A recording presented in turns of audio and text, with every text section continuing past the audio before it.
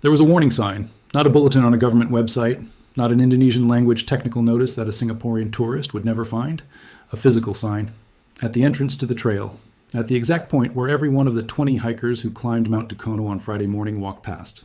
North Halmahera, Police Chief Erlichson Pasaribu confirmed it directly. The hikers had ignored social media appeals and warning signs put up at the entrance of the trail to stay away. Daily dispatch. They walked past the sign, all 20 of them. And then the mountain erupted at 7:42 in the morning, sent an ash column 10 kilometers into the sky, killed 3 of them, 2 Singaporeans and an Indonesian, and left 3 bodies on a slope that rescue teams cannot reach because the eruption has not stopped. The bodies of the deceased remain on the mountain. Due to ongoing eruptions, the situation is still considered unsafe for evacuation. The joint team is still waiting for the right time to begin the search. CBS News, the guide who led them up that trail past that sign is now in a police station. He is facing criminal charges, and the 2 hikers whose location has still not been confirmed, as of this morning, as of right now, are somewhere on a mountain that is still erupting. Stay with me, because the dead are the story. The bodies on the mountain that cannot be reached are the story. The Singaporean families waiting for news are the story. But the story that has not been told yet, the one that the arrest of the guide and the porter opens up, is about a system of accountability that Indonesia is now being forced to confront in real time, in front of the world, while a mountain is still erupting. Because the guide who is in that police station tonight is not the only person who made a decision that led 3 people to their deaths on a closed volcano. There was a police chief who was responsible for enforcement. There was a tourism ministry that issued a closure letter. There was a digital ecosystem that promoted this mountain to foreign tourists without mentioning that it had been closed for 21 days.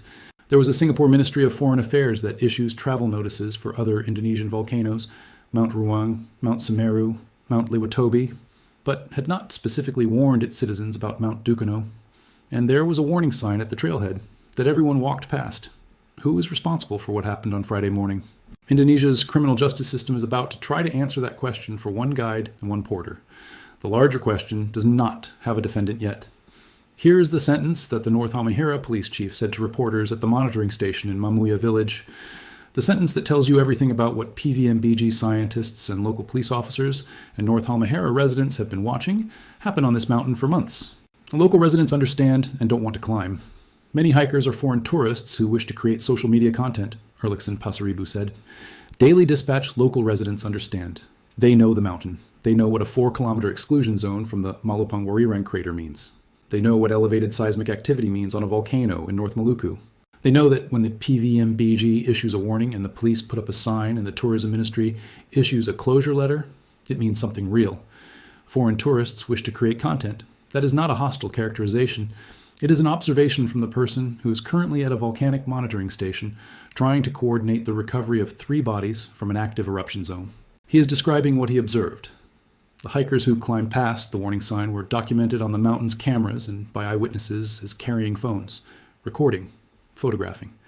One group specifically described by guide Alex Jangu as videoing for content near the crater rim.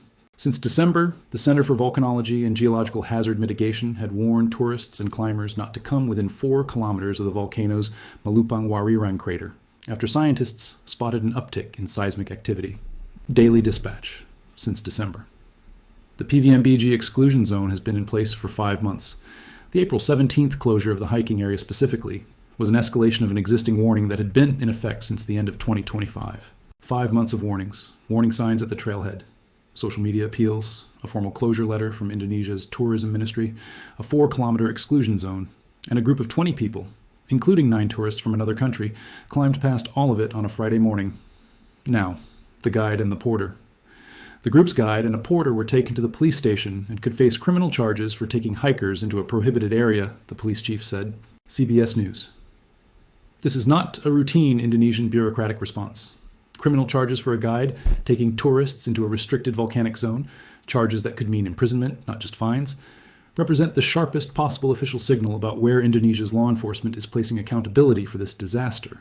The guide is the person who knew the mountain, who presumably knew the closure was in effect, who accepted payment from 9 Singaporean tourists and 11 Indonesian hikers to lead a group up a trail with a warning sign at its entrance, past a 4-kilometer exclusion zone, toward a crater that the PVMBG had been flagging for 5 months.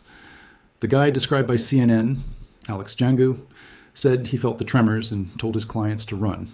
He survived with his 2 German tourists because they were in the safe radius. He described the eruption as the biggest he had ever witnessed on Mount Dukono.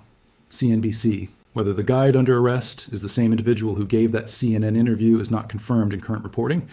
There may have been multiple guides operating on the mountain on Friday morning. What is confirmed is that at least 1 guide and 1 porter are now in police custody, facing charges for taking hikers into a prohibited area. Here is the legal tension that the criminal charges create. The guide knew the closure. The guide knew the exclusion zone. The guide accepted the clients, but the clients also knew, or were in a position to know. The warning sign was at the trailhead. The closure had been covered in Indonesian news for 3 weeks. The PVMBG bulletin was publicly available. The social media appeals mentioned by the police chief were on the same platforms the tourists used to discover and plan this climb. Criminal law in Indonesia will draw a line around the guide. It will say, you were the professional. You were responsible for their safety. You took them into a zone you were prohibited from entering. That line is legally defensible, and it is also incomplete. Because the guide is one person in a chain that runs from the PVMBG scientist who issued the warning to the Instagram account that promoted the route to the travel booking, that facilitated the trip to the warning sign at the trailhead that 20 people walked past. Criminal charges for the guide, no charges contemplated for the chain. Here's the detail that should stop you cold. The Singapore Ministry of Foreign Affairs issues travel notices for Indonesian volcanoes. They do it regularly. The website of the Singapore Embassy in Jakarta and the Consulates General in Medan and Batam all carry travel notices for active Indonesian volcanic events. The Singapore MFA has previously issued travel notices specifically about Mount Ruang, Mount Lewatobi Laki-Laki, and Mount Semeru, advising Singaporeans to check PVMBG advisories, avoid the designated danger zones, and e-register with MFA if in the affected areas. Daily Dispatch, Mount Ruang, Mount Lewatobi, Mount Semeru, all received specific MFA travel notices. No specific travel notice was issued for Mount Dukono before Friday's eruption. The PVMBG exclusion zone for Dukono had been in effect since December 2025. The formal hiking area closure was issued April 17, 2026. That is more than sufficient lead time for an MFA travel notice to be prepared and published. The MFA told Mothership SG that the Ministry of Foreign Affairs and the Singapore Embassy in Jakarta are working closely with Indonesian authorities to gather relevant information and render consular assistance to the affected Singaporeans and their families. Local 10 working closely, now, after the deaths.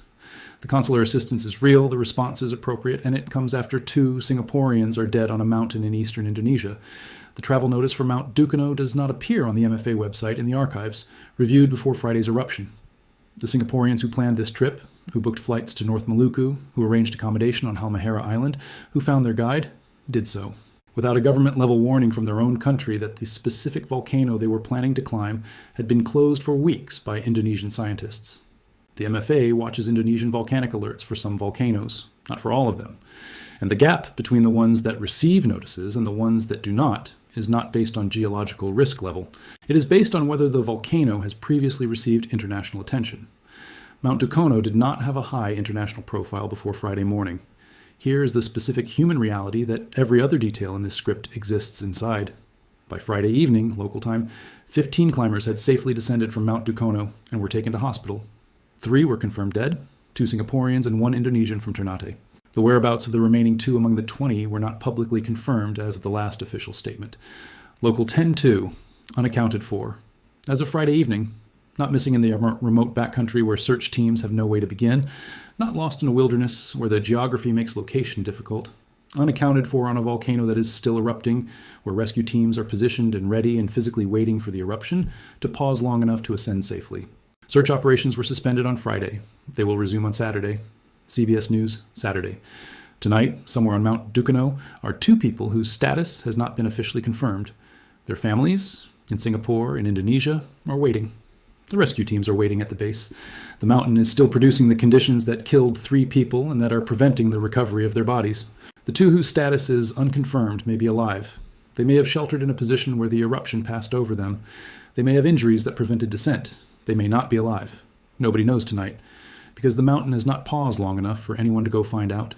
Guide Alex Jangu said, previously, when there was an eruption, there would be a single blast, and then it was over. This time, the eruption started at 7:42 a.m., and by the time we came down, the intensity was still the same, rocks were still coming out of the crater. Georgia Forestry Commission. Still the same intensity. Hours later, that is the operational environment inside which 2 people's status is unknown and 3 bodies are waiting for recovery. The mountain is still erupting. and the two are still there. Here is what is not making headlines. The police chief said something specific that explains exactly how a group of 20 international and domestic tourists ended up on a closed volcano in North Maluku on a Friday morning. Erlichson said the hikers had ignored social media appeals and warning signs put up at the entrance of the trail to stay away. Daily Dispatch social media appeals. The PVMBG and local authorities did not rely only on technical bulletins and physical signs.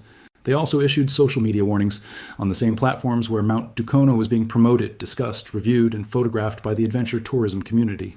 This is the specific communication collision that produces these outcomes. The PVMBG issues a closure on one channel, the official Indonesian government geological bulletin and social media accounts. The adventure tourism ecosystem issues its own communication on the same channels. Influencer posts, hiking groups, Facebook communities, YouTube videos of previous climbs that reach the same audience with a completely different message. One message, this mountain is dangerous and closed. The other message, this mountain is spectacular, remote, authentic, worth the trip. The closure message reaches people who are already monitoring Indonesian volcanic alerts, scientists, local residents, the kind of informed traveler who checks PVMBG before booking a volcano climb. The promotion message reaches people who discovered Mount Dukono on Instagram and are planning a trip. These two audiences are not the same. The closure message and the promotion message are both real, both circulating, both accessible. And on Friday morning, 20 people who received the promotion message, or received the closure message and dismissed it, were on the mountain. The guide, who is now in police custody, presumably had access to both messages. He is the professional. He is the one with the legal obligation, the local knowledge, and the financial relationship to the clients who paid him to take them up a closed mountain. Daily Dispatch. He is in the police station. The Instagram account that promoted the route is not. So ask yourself 3 questions. The group's guide and a porter are in police custody facing criminal charges for taking hikers into a prohibited area. Warning signs were physically present at the trailhead entrance. Social media warnings had been issued.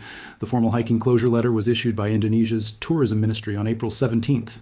The PVMBG exclusion zone had been in effect since December 2025. The criminal charges target the guide, the person who physically led the group past the sign, through the zone toward the crater.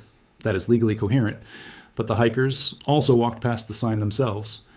The travel platforms that facilitated booking the trip did not warn of the closure. The social media accounts that promoted Mount Dukono as a destination did not update their content to reflect the closure. If the criminal law draws the accountability line at the guide, and the guide is the only person facing charges, who is responsible for the systemic failure that produced a situation in which 20 people simultaneously decided that a closed volcanic warning zone was worth entering on a Friday morning? Singapore's MFA has issued specific travel notices for Mount Ruang, Mount Liwatobi, Laki-Laki, and Mount Semeru in the past 2 years. No equivalent notice for Mount Dukono appears to have been issued before the May 8th eruption, despite the PVMBG exclusion zone being active since December 2025 and the formal hiking closure being issued April 17th. 2 Singaporeans are dead. 7 Singaporeans survived. The MFA is now rendering consular assistance. The MFA's travel notice framework for Indonesian volcanoes reaches Singaporeans who are already traveling to the affected area, or who check the embassy website before departure. But the Singaporeans who planned and booked this specific climb did so without a government-level warning targeted at their country for this specific volcano during this specific closure period. What is the trigger threshold, measured in alert level, exclusion zone radius, or duration of formal closure, at which the Singapore MFA issues a specific travel notice for an Indonesian volcano? And was Mount Dukono above or below that threshold between December 2025 and May 8th, 2026? Daily Dispatch. And if the bodies of 3 people, 2 Singaporean nationals and 1 Indonesian citizen, are still on Mount Dukono tonight because the eruption that killed them has not paused long enough for rescue teams to safely ascend, and if the 2 hikers, whose status remains unconfirmed as of this morning, are still somewhere on that mountain, and if the guide who led them there is in a police station facing criminal charges, what is the specific Indonesian legal framework that determines whether criminal liability for a volcanic tourism death in a prohibited area extends to the guide who led the group, or also to the local operator who organized the trip, or also to the online platform that facilitated the booking, or also to the permit authority that did not physically prevent access to the closed trailhead? Right now, as you read this, the rescue teams are at the base of Mount Dukono. They are waiting. Due to ongoing eruptions, the situation is still considered unsafe for evacuation. The joint team is waiting for the right time to begin the search. Search operations resume Saturday. CBS News, Saturday, a day away, for families who have been waiting since 7:42 Friday morning. The Singapore Ministry of Foreign Affairs and the Singapore Embassy in Jakarta are working closely with Indonesian authorities to render consular assistance to the affected Singaporeans and their families. Local 10 consular assistants. The diplomatic machinery of a city-state is engaged for 2 dead citizens and 7 who survived and 2 whose status has not been confirmed. The hotline is +62 811 863 348 for emergencies outside office hours. The guide who led the group up the mountain past the warning sign at the trailhead is in a police station in North Halmahera. Those who accompanied the hikers up the mountain will be questioned by police, the police chief said.